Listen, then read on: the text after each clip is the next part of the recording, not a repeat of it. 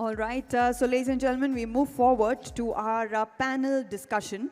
And it's now time to introduce the topic to all of you, which is driving flexible workforce strategies and building effective business communication. It's now time to invite our chairperson and session chair, our panelists here. Our session chair is Mr. Manoj Kalra, SVP, Head of Group Business Services, DSM. I request you, sir, to kindly please step forward.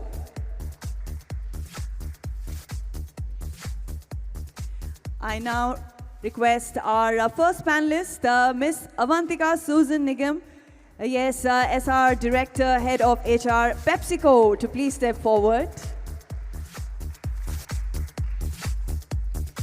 And our second panelist for the discussion, I request Ms. Sudha Raju Sharma, Head of Corporate Systems and Employee Experience, Thomson Reuters, to please step forward.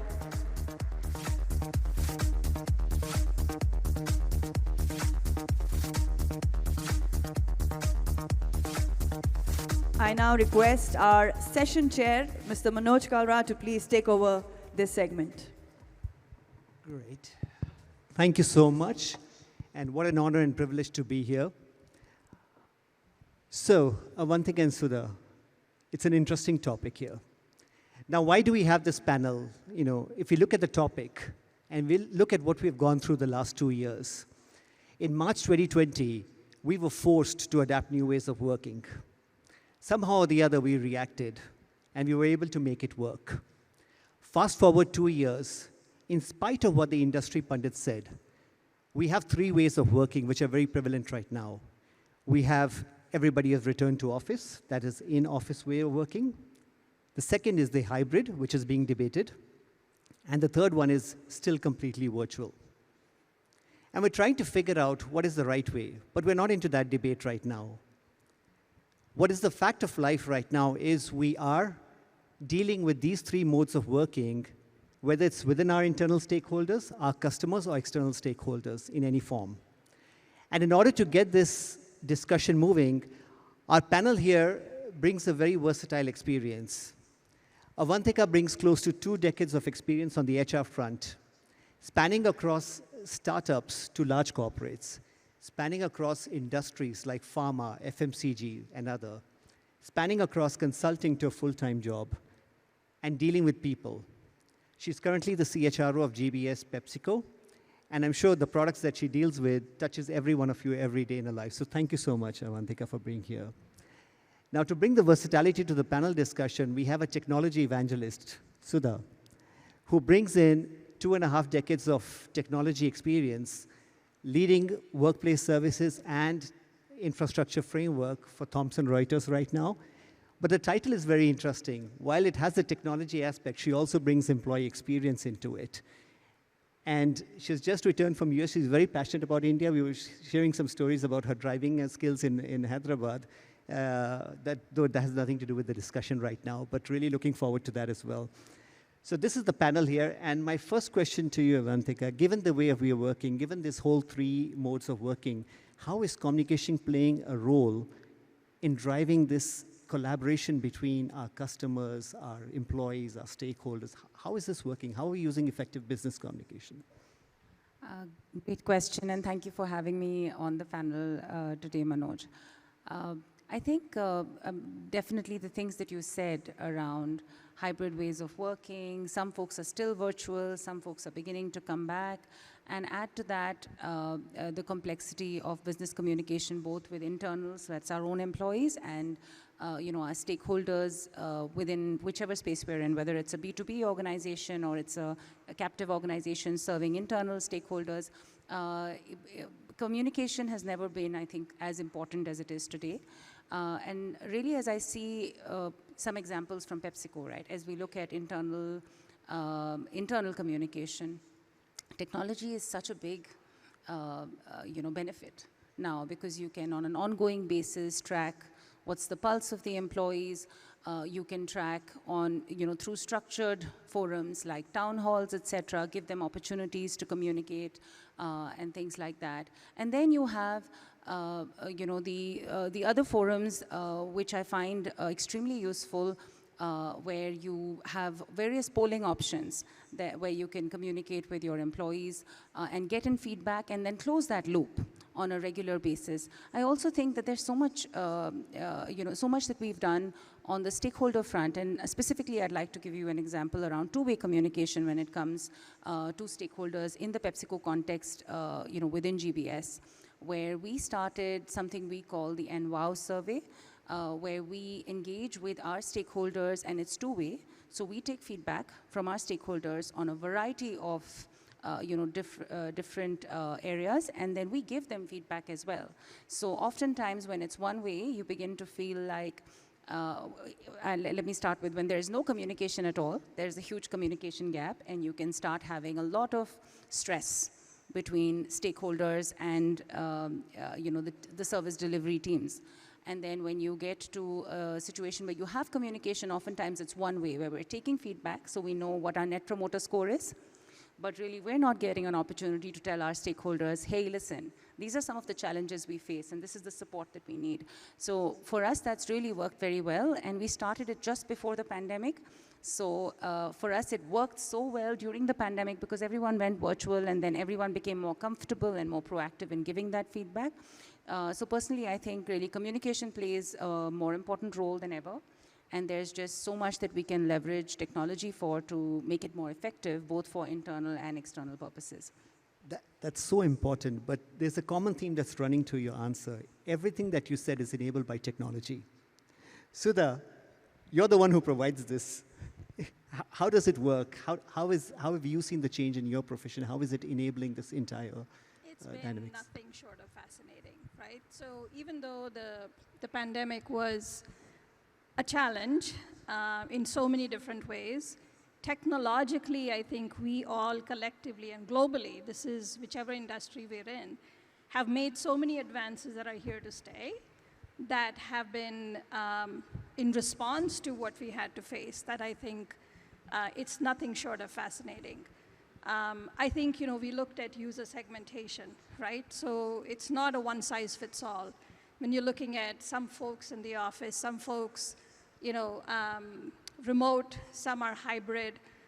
And, before Thomson Reuters, I was working for a healthcare company in the US. And all of a sudden, overnight, we had to make sure that we had the ability to care for patients that were not allowed to come into our premises. In hospitals, we had 13 million members that had to be taken care of. So we had to bring up video visit capabilities within days, within weeks. And that's now here to stay. And that's another capability that we didn't have before the pandemic. At Thomson Reuters, I think it's a global company.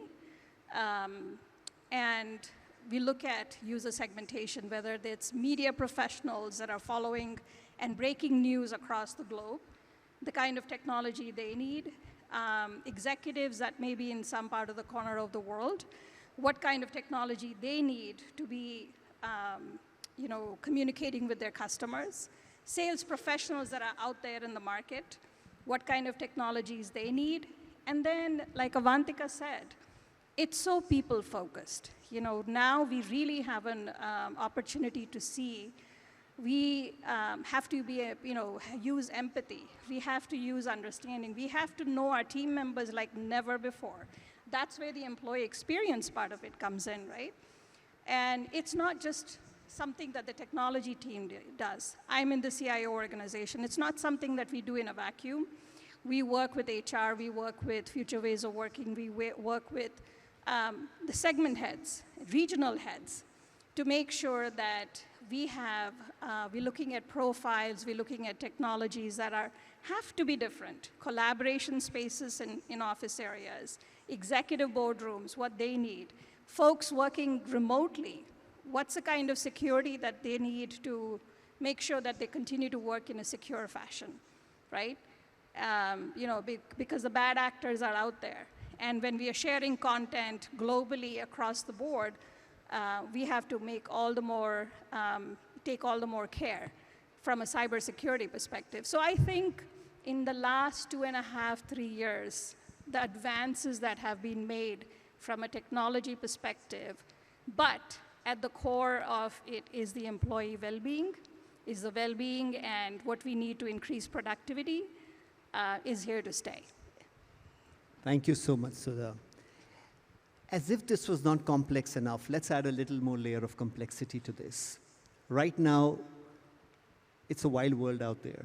We've got the Ukraine-Russia war going on. We've got energy crisis in Europe. We've got big names with big numbers of layoffs being announced, which is causing sort of panic within the workforce community. Now, on one hand, we're talking about flexible workspace. On the other hand, we're talking about efficient, effective business communication. But with all this going on, you can imagine the state of mind of people. Avantika, as an HR professional, how do you view this, and how can you actually bridge the gap of communication, flexible workforce, keeping all this in context? That's another great question. When we look at all of this news flow, and as I was thinking through how to answer your question, there is another element. So there are your employees, and for sure we need to communicate with them, and I'll come to that in just a second. But then there is this whole ecosystem that an employee operates in, which is their families, their friends, and future employees, so candidates who you might want to tap in. So even how we respond to social media or on social media, and how we track social listening becomes so important in such times, because the anxiety is not just with our employees, but with everyone they speak to as well. And so, for example, the big names that you just referenced, it's so much tougher when you think about what's going on with those folks, but also folks who are considering to join the same organizations or any other organization that comes in the news for such reasons. Now, as I come to employees, I think the core or the fundamentals of how organizations should communicate to their employees remain pretty much consistent in the good times and in the difficult times. And if you've built solid foundations in the good times, then it is much easier to transition into or to handle some of these crisis situations where you have to deal proactively and reactively to news flows and to actual situations that might be affecting your business. For instance, in our scenario, the cost of everything is up. The cost of oil prices are up, raw materials are up, etc. And we've had consistent communication coming right from the top, way before it became a crisis in terms of inflation, to tell us, listen, we're dealing with these headwinds. These are the things that are going well, but these are the things that we need each employee to take accountability of and act as owners on, so that we can continue to sustain ourselves and grow ourselves as a business. And that then makes everyone, the employees, a part of the solution, and not just thinking about it, anxiously on, how stable is my organization, how, what direction are we going to, etc. But coming back to the fundamentals, I strongly believe that local leadership in every part of any business and the managers play such a huge role as far as communication is concerned. So really, when it comes to our responsibility as organizations, equipping our leaders and managers with what needs to be, how to make them aware and how to equip them to handle those conversations.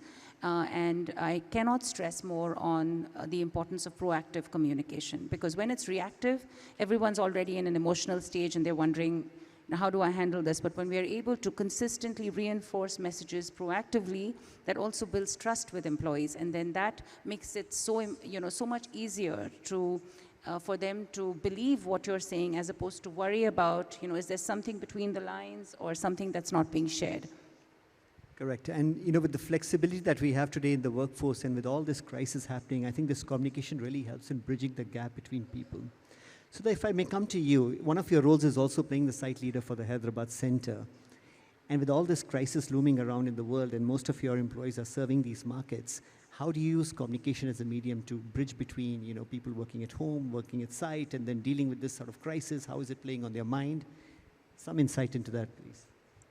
I mean, it's as we talked about, I mentioned technological advances, right, as a result of the pandemic. The other half of that, and the other side of the coin has been the emotional and mental stress that employees have been facing for the last few years. And I'll come to the site leader role in a bit, but when you think about folks that have had to completely change their ways and modes of working, now suddenly, at home, and just as they were getting, used to that, and they had made all of the arrangements from a family perspective, from a community perspective, 2.5 years, 3 years later, now we're asking people to come back to work. And I think, there's a lot there. And, lives have changed, and situations have changed. And I think, it's every company, it's not a one-size-fits-all again. And it's been fascinating to me from a global perspective as I see how different regions, how different cultures have responded to that.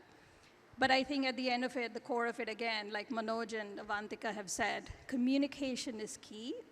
And even from a social perspective, you've seen so many social movements happen that you've never seen before 3 years ago, 4 years ago.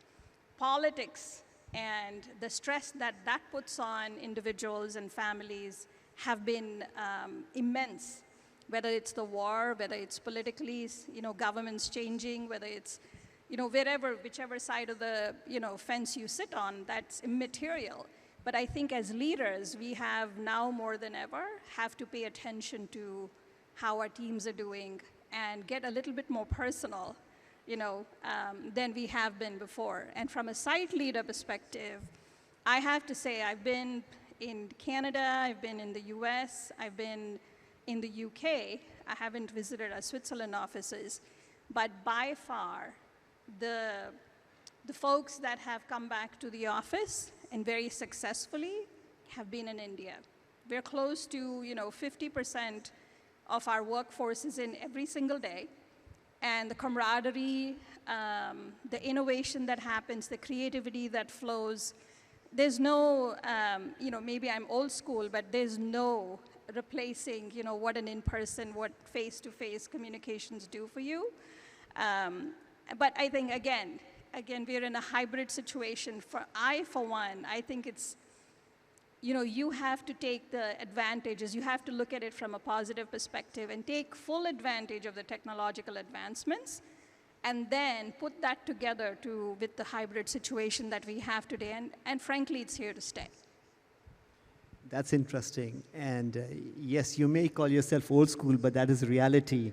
Nothing like meeting people in person, nothing like having this event in person rather than doing this over Zoom or a Teams call. It's really amazing to be sitting here and talking to people rather than talking to a screen.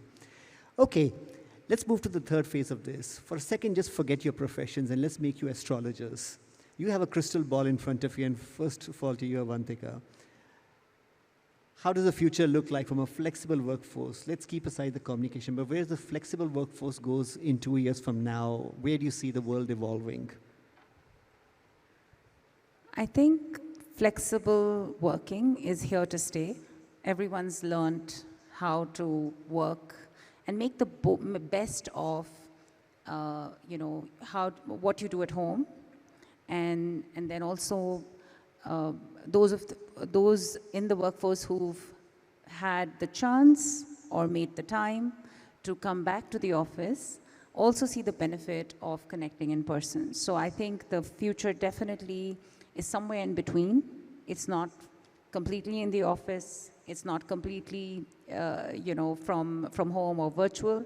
But it's definitely somewhere in the middle, and I don't think there could have been a better time to do this. Increasingly, especially for everyone who's in the room right now, in the Indian context and with the context of having a much younger, completely digital native workforce, out here, they slid into it, overnight with absolutely no downtime. And I think this couldn't have come at a better time. This couldn't have, come at a more perfect time for the workforce. I think the challenge for companies is how do leaders and managers now adjust and continue to build that muscle of being able to lead effectively this digital native workforce and help bring out the best in them in that, in that future hybrid workforce. Right, interesting. And we'll meet after 2 years, I'm sure, and talk about it. Sudha, what about you? What does your crystal ball tell you? I 100% agree with what Avantika said. I think I would add on to that is the world is getting smaller day by day, and I don't think anybody knows that better than India right now. And the reason I say that is I haven't seen, first of all, there's an impressive, kind of talent that we have in India, but also the ability to cross borders, the flexibility that, we have in this country, and the ability to, right now, and it's absolutely apparent in Thomson Reuters when I work here, we are making strategy happen here right now. We are not waiting for someone in another country or the headquarters to come up with, this is what the strategy is, now you guys go execute. We're the ones making the decisions, making the strategies, and executing on it. And I think that's the way, that's the way of the future. That's here to stay, and it's really exciting. So rightly said, while the pandemic has taught us a lot, and I don't think it was something we all wished for, but I think it's made us so resilient and so strong right now that as industries, we are defining the new way of working. We are defining the new ways of collaboration. We are defining the new ways of communication. You're right. I think technology has proven that we can continue to evolve. And if you look at the essence of their predictions, it's very clear we will continue to evolve. There's just no one way, right? As long as we're flexible, as long as we are adaptable, the tools around us, the modes of communication will help us grow our businesses, serve our customers, and continue to be innovative. Avantika and Sudha, thank you so much. Thank you so much for your time. Thank you so much for your insights. It's been great, and thank you for your flexibility in adapting a little bit to the change in schedule here. Really look forward to this. Thank you so much. Thank you, Manoj, and thank you to the team that organized it. Thank you. Thank you. Thank you so much. Our panelists and session chair request you to kindly please remain on stage so that we can felicitate you with a small token of appreciation. Srivani here will be doing the honors.